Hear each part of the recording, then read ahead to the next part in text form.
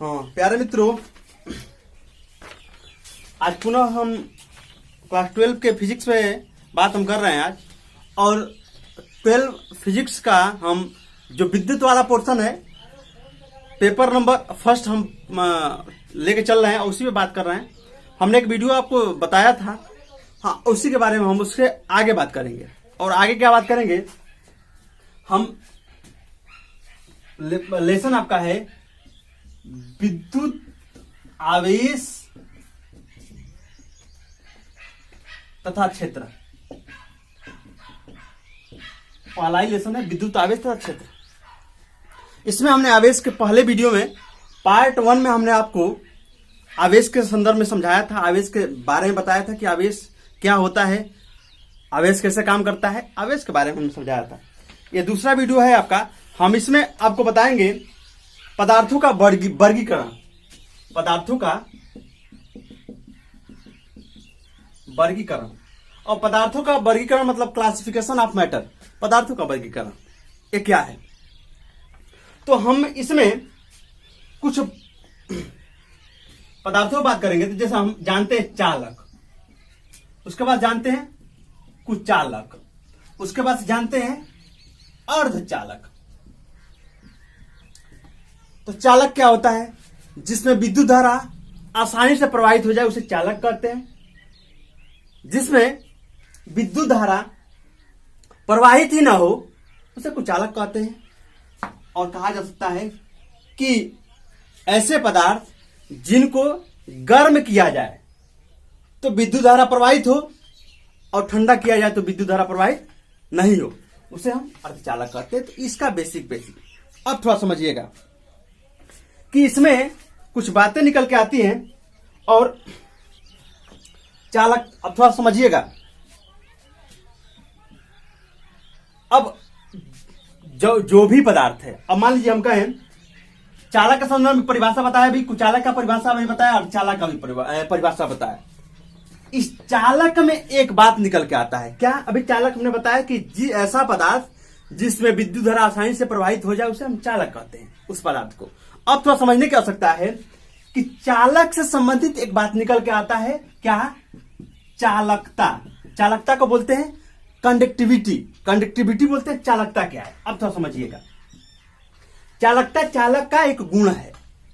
हम कह सकते हैं किसी पदार्थ में विद्युत धारा आसानी से प्रवाहित होता है और किसी में कम प्रवाहित होता है। हम कह सकते हैं कि लोहे के तार में विद्युत बढ़िया से प्रवाहित नहीं होता, एल्यूमिनियम में थोड़ा अधिक अच्छा तरह से प्रवाहित होता है। हमें कह सकते हैं कि कॉपर का जो तार होता है उसमें थोड़ा अच्छे तरह से प्रवाहित होता है।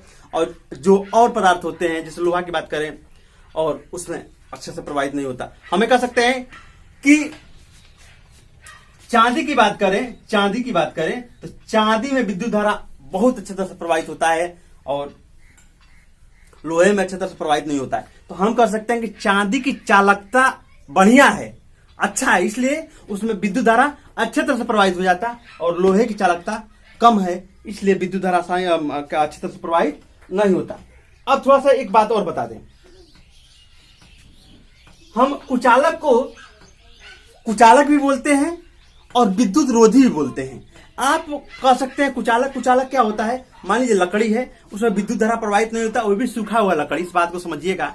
तो हमें कह सकते हैं कि लकड़ी, प्लास्टिक की बात करें, उसमें विद्युत धारा प्रवाहित नहीं होता, तो हम उसको क्या कर सकते हैं, इंसुलेटर भी कह सकते हैं, कुचालक भी कह सकते हैं और विद्युत रोधी भी कह सकते हैं। इतनी बातें समझ में आए। चलिए अब देखिए, तो आप इस बात को समझिए और एक बात और बता दें। तो आप इस कुचालक और अर्धचालक आप कह सकते हैं कि ऐसे पदार्थ जो विद्युत को सुविधाजनक से प्रवाहित होने देते हैं, आराम से, रुकावट उत्पन्न नहीं करते, चालक हो जाएगा। आज जिसमें विद्युत धारा प्रवाहित नहीं होता कुचालक हो जाएगा। आज जिनको जैसे पदार्थ जिसमें विद्युत धारा प्रवाहित होने में दिक्कत होती है, ये आपका चालक हो जाएगा। अब बात कर लेते हैं क्या, एक और पदार्थ का नाम, उसको बोलते हैं श्रेष्ठ चालक। एक अलग प्रकार का पदार्थ है यह, और श्रेष्ठ चालक इसको बोलते हैं हम सुपर कंडक्टर, इसको बोलते हैं सुपर कंडक्टर।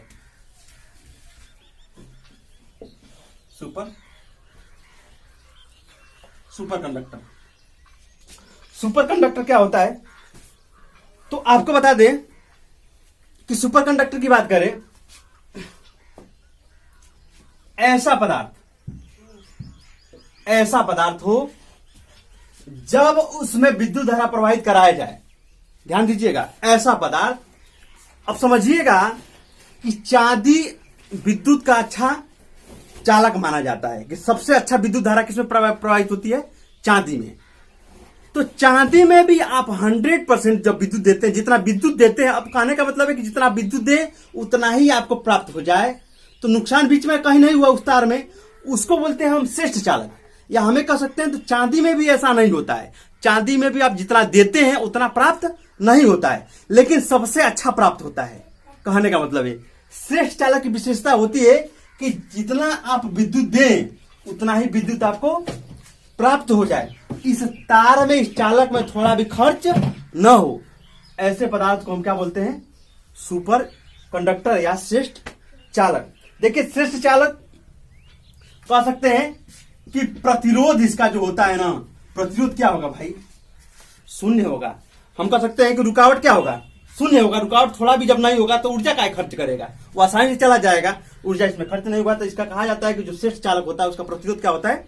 शून्य होता है। इतनी बातें समझ में आ रही है, तो हमें कह सकते हैं कि इसका प्रतिरोध, अब देखिए, यह ताप को हम कह सकते हैं, ताप को कम करके, ताप को किसी पदार्थ पर हम कह सकते हैं कि ताप को कम करके ये सब चीजें बना लेते हैं। तो हमें कह सकते हैं कि सुपर कंडक्टर अभी हमारे दैनिक जीवन में प्रयोग में नहीं आ रहा है, इस पे कल्पना की गई है, बातें की गई हैं, ये अभी हमारे प्रचलन में नहीं है, लेकिन अगर ये आ गया तो हमारे लिए बहुत अच्छा काम करेगा। चलिए आगे अगले टॉपिक पर हम बात करते हैं।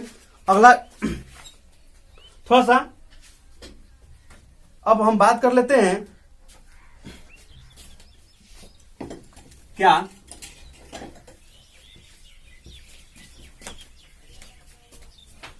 विद्युतीय प्रेरण एक चीज होता है। विद्युतीय श्रेष्ठ चालक का अगर आप डिफिनेशन लिखना चाहेंगे तो श्रेष्ठ चालक का आप डिफिनेशन लिख सकते हैं, या हमें कह सकते हैं कि सुचालक कुचालक का भी बताया हमने और चालक का भी बताया हमने। श्रेष्ठ चालक का आप डिफिनेशन लिख सकते हैं, ऐसे पदार्थ जिनकी आप प्रतिरोधक क्षमता शून्य होती है, या ऐसे पदार्थ जिनका प्रतिरोध शून्य होता है, वह श्रेष्ठ चालक होता है। तो हमने इसका परिभाषा भी हमने बता दिया। अब हम विद्युत प्रेरण पे बात करेंगे। विद्युत प्रेरण। अब विद्युत प्रेरण क्या होता है? इलेक्ट्रोस्टैटिक्स क्या बोलते हैं, क्या इंडक्शन, तो हम इस पे बात कर रहे हैं। अब देखिए, विद्युतीय प्रेरण पे बात करेंगे।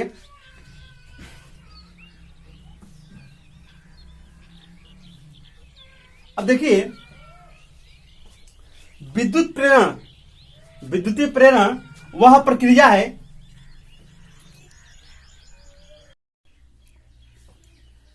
हाँ, तो विद्युतीय प्रेरण क्या होता है तो थोड़ा समझ लीजिएगा इस बात को। समझना क्या है कि विद्युतीय प्रेरण क्या होता है, ध्यान दीजिएगा। देखा जाए तो स्थिति क्या होती है, हमें कह सकते हैं कि दो आवेशित, हमें कह सकते हैं विद्युतीय प्रेरण वह प्रक्रिया है जिनमें यदि एक आवेशित पदार्थ धनावेशित चालक के पास ले जाया जाए तो क्या अनावेशित में आवेशित कणों का ध्रुवीकरण हो जाता है। थोड़ा समझिएगा क्या होता है, इस तरह देखिएगा। मान लीजिए एक पदार्थ है, थोड़ा समझिएगा, तो कोई पदार्थ न्यूट्रल है, जितना प्लस है उतना माइनस है, इसमें विद्युत धारा प्रवाहित नहीं होगा। यह है आपका अनावेशित। इसमें विद्युत धारा हम कह सकते हैं अनावेशित है। एक और पदार्थ है, इस पदार्थ में प्लस एक और उसके बाद से हमें कह सकते हैं माइनस है। तो हमें कह सकते हैं कि प्लस माइनस तो ये तो है, लेकिन इसमें यह हम कह सकते हैं कि यह आवेशित है। एक काम करते हैं, इसको प्लस प्लस बना देते हैं, इसको भी प्लस प्लस बना देते हैं, ये प्लस हो गया। तो यह आवेशित है कि नहीं? यह आवेशित है या अनावेशित है? जब दोनों को एक पास लाया जाता है, ध्यान दीजिएगा, दोनों को जब एक पास लाया जाता है तो इसमें प्लस माइनस, तो जब हम प्लस को लाएंगे इसके पास, तो ध्यान दीजिएगा, इसमें प्लस को जब लाएंगे तो इस तरह से देखिएगा, इसको जब एक पास लाएंगे तो दोनों एक दूसरे को अट्रैक्ट करेगा या दूर करेगा। इतना विधि जानते हैं आप? तो एक काम करिएगा, दो चीजें हो सकती है इसमें। दोनों चीजें क्या हो सकती हैं कि इसमें प्लस प्लस होगा, प्लस 4 है तो प्लस प्लस हो जाएगा, या माइनस माइनस यहां आ जाएगा, इसमें का प्लस 4 इसके पास आगे आ जाएगा, और जो माइनस है वो हमें कह सकते हैं कि प्लस और भी रहेगा इसमें, अब माइनस पीछे आ जाएगा। तो इसमें यह हो सकता है कि अट्रैक्शन का गुण हो सकता है, माइनस वाला और प्लस वाला एक तरफ अट्रैक्ट होंगे तो यह चिपक जाएगा एक दूसरे से, तो माइनस माइनस होगा। तो इसको भी हम बोलते हैं क्या? विद्युतीय प्रेरण। इसमें एक कंडीशन और हो सकता है, क्या हो सकता है कि प्लस प्लस वाला एक पास आ जाए, ध्यान दीजिएगा, प्लस आगे आ जाए तो प्लस आगे नहीं आएगा। ध्यान दीजिएगा कि इसमें स्थिति क्या देखने को मिलती है, स्थिति देखने को क्या मिलती है कि मतलब प्लस आ जाएगा तो इसमें का माइनस आएगा, और इसमें का माइनस आएगा तो इसमें का प्लस आएगा, दोनों एक दूसरे के विपरीत। इसमें का विपरीत आवेश दोनों एक दूसरे को अट्रैक्ट करेंगे, लेकिन इसका माइनस और इसका माइनस, जब माइनस इसमें होगा माइनस इसमें होगा तो हम जानते हैं कि माइनस माइनस एक दूसरे को प्रतिकर्षित करते हैं। तो इसका माइनस जब आगे आएगा तो इसका माइनस पीछे चला जाएगा, इसका प्लस आगे आएगा तो इसका प्लस पीछे, क्योंकि प्लस प्लस एक दूसरे को प्रतिकर्षित करते हैं। तो आप इस बात को समझ चुके होंगे कि आवेशों का जो भी एक दूसरे से चिपक कर रहने की बात है तो दोनों क्या होते हैं? विपरीत आवेश होते हैं।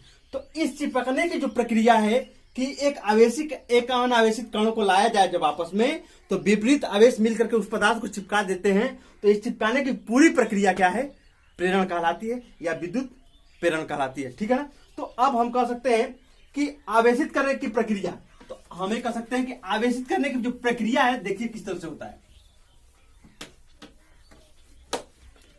हम कह सकते हैं कि आवेशित करने की प्रक्रिया, तो आवेशित करने की प्रक्रिया दो प्रकार से है, प्रेरण के द्वारा और चालन द्वारा।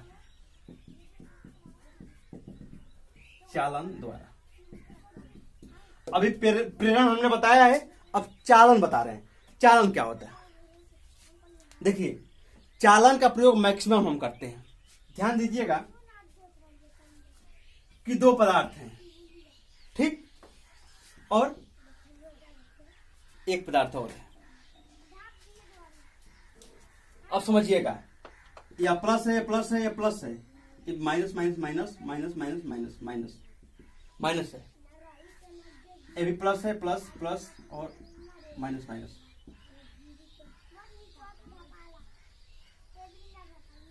देखिए क्या होता है चालन। प्रेरण में वस्तुएं एक दूसरे को चिपक कर रखती हैं। चालन में क्या होता है? चालन में इतना समझ लीजिए कि आवेश ट्रांसफर होते हैं, आवेश एक स्थान दूसरे स्थान तक जाते हैं। एक बात बताइए, माइनस माइनस एक दूसरे को प्रतिकर्षित करेंगे, प्लस प्लस एक दूसरे को प्रतिकर्षित करेंगे, दूर करेंगे। एक बात बताइए कि एक कोई माइनस है, यहां माइनस है और यहां 2 गो माइनस है, और यहां पर 3 गो माइनस है, 3 गो माइनस का 4 माइनस कर दिए। इसको बल लगाने की बात हम करें, इसको दूर भगाने की बात करें, तो यह ज्यादा भगाएगा कि यह भगाएगा? ज्यादा वाला भगाएगा, क्योंकि इस माइनस की संख्या इसके पास ज्यादा है तो बल ज्यादा इसके पास होगा, इसलिए इसको यह दूर ज्यादा प्रतिकर्षित करेगा। उसी तरह से दो आवेशित कणों को जब हम लाएंगे तो इसमें भी माइनस है और इसमें भी माइनस है, तो माइनस की संख्या इसमें ज्यादा है। जब दोनों को एक पास जोड़ दिया जाएगा तो हम ये कह सकते हैं कि इस माइनस पर ये सभी माइनस मिल करके बल लगाएंगे तो यह माइनस आकर के इसमें फिक्स हो जाएगा। समझ में आ रहा है? यह प्रक्रिया तब तक चलती रहेगी। हम कह सकते हैं कि इसमें 20 माइनस है, इसमें 100 माइनस है। इस 100 माइनस में से 20 माइनस में आवेशों के आने की प्रक्रिया तब तक चलती रहेगी जब तक आवेश क्या हो जाए, आवेश बराबर ना हो जाए। समझ में आ रहा है? जब आवेश बराबर हो जाएंगे, दोनों का बल बराबर हो जाएगा, तो आवेशों का ट्रांसफर आपस में क्या हो जाएगा, बराबर हो जाएगा। तो यह चार्ज होने की प्रक्रिया जो मोबाइल वगैरह होता है, यह सब चालन विधि द्वारा होता है। तो हमने इस विधि को क्या, इसको बताने का हमने प्रयास किया। और आगे हम अगले टॉपिक पर बात कर रहे हैं कि आवेशों के मूल गुण। अब थोड़ा सा ये आपके सिलेबस के अंतर्गत सारी बातें चल रही हैं, आवेशों के मूल गुण। तो इसको आप थोड़ा समझने का प्रयास करिएगा, आवेशों के मूल गुण। तो मूल गुणों को हम समझा देते हैं, अब परिभाषा हम आपको बोल देते हैं। एक है आपका एडिटिविटी।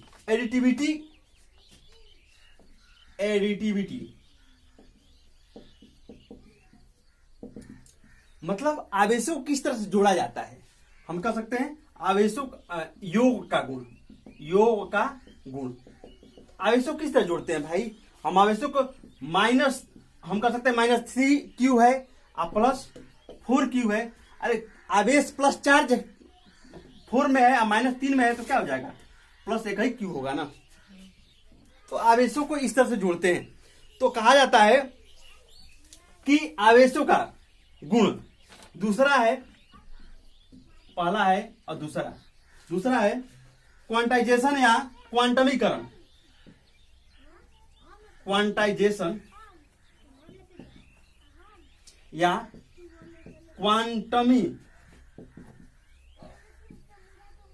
क्वांटमीकरण। जैसे कि हम जानते हैं कि एक आवेश के पास, एक इलेक्ट्रॉन जो होता है, उसके पास 1.6 × 10⁻⁻19 कूलम आवेश होता है, इतना आवेश होता है। तो कहा जाता है कि जब आवेश एक स्थान दूसरे स्थान तक जाएगा, अगर आवेश ट्रांसफर होगा कहीं, तो इसके ही गुणज में बराबर होगा। जैसे हम कह सकते हैं कि 1.6 है, जिससे इसको 16 मान लेंगे, तो वो हो जाएगा 16 दूना 32, 16 तीन 48, 16 चौको 64। कहा जाता है कि आवेश जब ट्रांसफर होगा तो यह क्या इसी के गुणज में ना, इसी के पहाड़े में ना। तो कहा जाता है कि इलेक्ट्रॉन जब ट्रांसफर होता है एक स्थान दूसरे स्थान तक, तो इस तरह से इसके गुणज में ही ट्रांसफर होता है, न कि हम कह सकते हैं कि 1.6 है तो 0.2 को ट्रांसफर करते हैं, ऐसा नहीं होता है। आवेश टूट के ट्रांसफर नहीं होता है, इसके गुणज में ट्रांसफर होता है। तो हम कह सकते हैं कि दो चीजें हैं, थोड़ा सा इसको समझा देते हैं। एडिटिविटी का मतलब होता है आवेशों को जोड़ने का जो तरीका है, उसको एडिटिविटी बोलते हैं। तो आप कह सकते हैं कि आवेशों को जोड़ने की जो प्रक्रिया है, बीज गणितीय विधि द्वारा इसको जोड़ते हैं। बस इतना ही आप लिख देंगे कि आवेशों किस तरह जोड़ते हैं, तो आप कह सकते हैं कि आवेशों को बीज गणितीय विधि द्वारा जोड़ा जाता है। अब दूसरी बात है क्वांटाइजेशन या क्वांटमीकरण। तो हम कह सकते हैं आवेशों का ट्रांसफर पैकेट के रूप में होता है, और जो पैकेट होता है 1.6 × 10⁻⁻19 कूलम के गुणज के रूप में होता है। तो आप इस बात को जरूर लिख लेंगे। और हमें कह सकते हैं कि इसका एक फार्मूला निकल के आता है। क्या निकल के आता है कि जो आवेश होगा, आवेश बराबर होगा क्या, इलेक्ट्रॉनों की संख्या गुणे इलेक्ट्रॉन का आवेश। मतलब कि यह हो गया आवेश, यह हो गया इलेक्ट्रॉनों की संख्या n मान लीजिए और e। तो हमें कह सकते हैं, इसको हम कह सकते हैं प्लस माइनस। तो Q equal plus minus n e होता है इसका फॉर्मूला। e इसमें इलेक्ट्रॉन का जो आवेश है 1.6 × 10⁻⁻19 कूलम लिख दीजिएगा। n इलेक्ट्रॉनों की संख्या है, इलेक्ट्रॉन की संख्या है, और जो आवेश है 1 कूलम आवेश है। ये तो बातें समझ में आ रही हैं। तो हमें कह सकते हैं कि इसको हमने बताने का प्रयास किया। तीसरा और इसमें अंतिम बात निकल के आ रही है इसी के संदर्भ में, जो हम बताते हैं अभी आपको। क्या बात है, हम इस चीज को अच्छे तरह समझने का प्रयास करेंगे। क्या करेंगे कि कहा जाता है कंजर्वेशन ऑफ चार्ज, आवेश का संरक्षण। यह आपका तीसरा टॉपिक है। हम इस टॉपिक पे बढ़िया से बात करना चाहते हैं कि आवेशों का संरक्षण है क्या। तो देखिए, कहा जाता है कि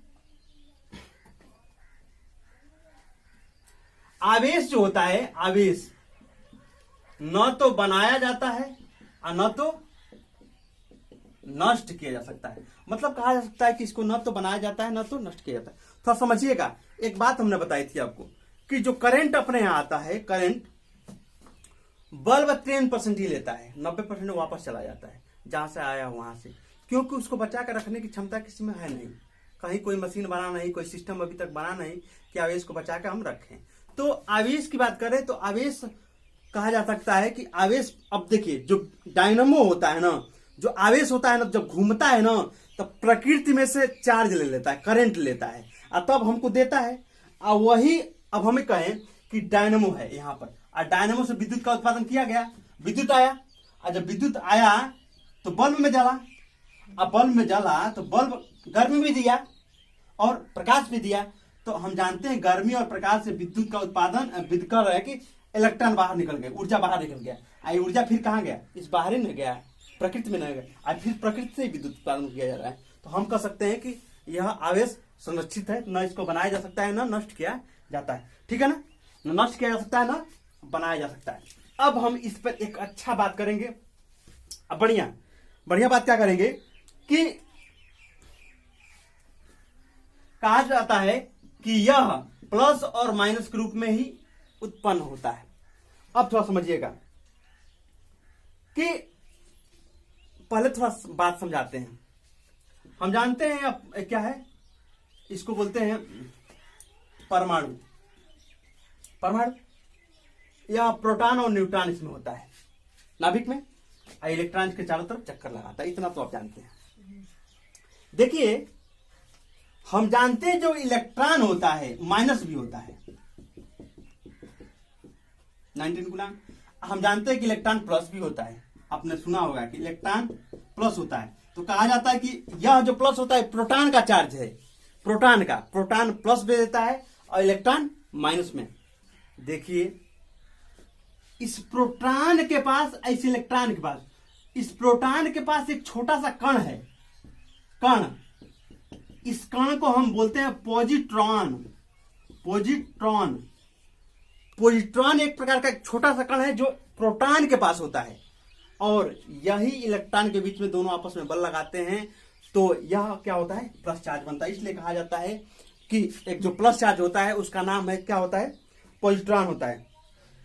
तो इस पॉजिट्रॉन के संदर्भ में हमने बातें बताई, इलेक्ट्रॉन के बारे में बताया। तो यह प्लस चार्ज कहाँ होता है, नाभिक में होता है, किसके पास, प्रोटॉन के पास। और प्रोटॉन कौन से कण को रखता है, पॉजिट्रॉन को। तो इस तरह से पॉजिट्रॉन के क्या सेंटर में होता है और इलेक्ट्रॉन इसके चारों तरफ चक्कर लगाता है। चलिए आगे थोड़ा सा कुछ और बात कर लेते हैं, और आगे बात करेंगे, इसी में बात कर रहे हैं अभी। आपको समझा दे कि आवेश संरक्षित है, आवेश को न तो नष्ट किया जा सकता है और न बनाया जा सकता है। थोड़ा समझिएगा, आपने इक्वल MC स्क्वायर का नाम सुना होगा। यह हमें कह सकते हैं कि अल्बर्ट आइंस्टीन के द्वारा दी हुई बातें हैं, और इसमें एक बात निकल के आती है क्या, उन्होंने बताया कि जो कुल ऊर्जा है, हमें कह सकते हैं कि ऊर्जा है, यह है आपका मास, द्रव्यमान है, और यह है प्रकाश की चाल। इससे एक बात निकल के आ रही है कि अल्बर्ट आइंस्टीन ने इसको प्रूफ किया था, इसको सिद्ध किया कि जितना द्रव्यमान, जितना भारी वस्तु को हम जलाएंगे या हम ऊर्जा के रूप में जब बदलेंगे तो जितना जलेगा उतना ही ऊर्जा में परिवर्तित हो जाएगा, उतना ही। या अगर किसी मेजर ऊर्जा को, हम एक मापन किया गया ऊर्जा को अगर मास में बदलना चाहें तो बदल सकते हैं। तो कहा जा सकता है कि ऊर्जा को आप मास में बदल लेंगे और मास को किस में बदल लेंगे, ऊर्जा। अब इसका प्रयोग करके इन्होंने बताया, इनको प्रयोग करके बताया। क्या प्रयोग किया उन्होंने, क्या किया कि यूरेनियम लिया, यूरेनियम U-238 लिया, और उन्होंने क्या किया, विखंडन कराया। विखंडन जब कराया तो उन्होंने थोरियम पाया 234 थोरियम क्या 90 और प्लस 4s हेलियम। ठीक, उसके बाद से ऊर्जा। कहा जा रहा है कि यह विखंडन की प्रक्रिया है। यूरेनियम को उन्होंने विखंडित किया तो हमको ऊर्जा के रूप में ये सब चीजें मिली। ठीक, तो कहा जाता है कि उसके बाद से अब कहा जाता है कि हमने इसको विखंडित किया इस रूप में। अब इस रूप में जब क्या हुआ प्राप्त हुआ तो हम कह सकते हैं कि जोड़ी में हम कहा जा सकता है कि जब नष्ट होगा तो जोड़ी में नष्ट होगा। नष्ट जो भी होगा हम कह सकते हैं जोड़ी में नष्ट होता है अब बनता है। कुछ भी बनेगा, अभी हमने बताया था कि इलेक्ट्रॉन जब होता है तो जब बनेगा तो जोड़ी में बनेगा और नहीं तो जोड़ी में नष्ट होगा। अब आपको बताते हैं कोई भी रेडियो एक्टिव पदार्थ, तो यूरेनियम आपका रेडियो एक्टिव पदार्थ है। कोई भी रेडियो एक्टिव पदार्थ जब टूटता है तो उसमें से अल्फा बीटा गामा किरणें निकलती हुई हैं। तो हमें कह सकते कोई पदार्थ है उसमें द्रव्यमान है और जब टूटेंगी तो जब ऊर्जा उसमें से निकलेगा, मास है, टूटेगा तो उसमें ऊर्जा का निकलेगा तो अल्फा बीटा गामा किरणें उसमें से निकलती हैं। अब ऊर्जा तो निकल गया। अगर हम कहें कि इतना यूरेनियम को हमने विखंडित किया तो बहुत ज्यादा मात्रा में ऊर्जा मिला। फिर अगर ऊर्जा को हम इस द्रव्यमान में बदलना चाहें तो कैसे बदल लेंगे? तब अब बातें निकल के एक आ रही हैं। अब क्या बातें निकल के आ रही हैं तो इस बात को हम बता देते हैं कि अब देखिए थोड़ा समझाते हैं इसको थोड़ा सा। और क्या अभी हमने बताया कि इलेक्ट्रॉन प्लस होता है, इलेक्ट्रॉन माइनस। तो यह आपका पॉजिट्रॉन है, यह आपका इलेक्ट्रॉन है। कहा जाता है कि जब दोनों आपस में मिलते हैं, इलेक्ट्रॉन और प्रोटॉन जब आपस में मिलते हैं जोड़ी में, 5 इलेक्ट्रॉन 5 प्रोटॉन, 2 इलेक्ट्रॉन 2 प्रोटॉन, जितना ही मिले, कहा जाता है कि जब आपस में मिलते हैं तो चट चट चिंगारी से आवाज आती है। हमने देखा है कपड़ा उपड़ा पहनते चिंगारी से आवाज आती है। तो इलेक्ट्रॉन प्रोटॉन मिलते हैं तभी ऐसा होता है। आपको बता देते हैं कि जब निकलता है तो उसमें से रेडियो एक्टिव हम कह सकते हैं तरंगे निकलती हैं। तो हम कह सकते हैं कि गामा किरणें निकलती है उसमें से, गामा किरणें। समझ में आ रहा है बात? कौन सी किरण निकलती है? गामा किरणें। और जो गामा किरण है ये कह सकते हैं यह रेडियो एक्टिव तरंगे हैं। समझ में आ रहा है? दो इलेक्ट्रॉनों को जब हम मिलाते, अब समझिए मिलाने की बात है, ऊर्जा मिला, दोनों को मिला तो ऊर्जा प्राप्त हुआ। अब ऊर्जा की बात करें तो अब ऊर्जा से हम क्या करें? फिर पदार्थ बनाए। अब ध्यान दीजिएगा, जब एक प्रयोग में किया गया इक्वल mc² को ही प्रयोग में किया गया।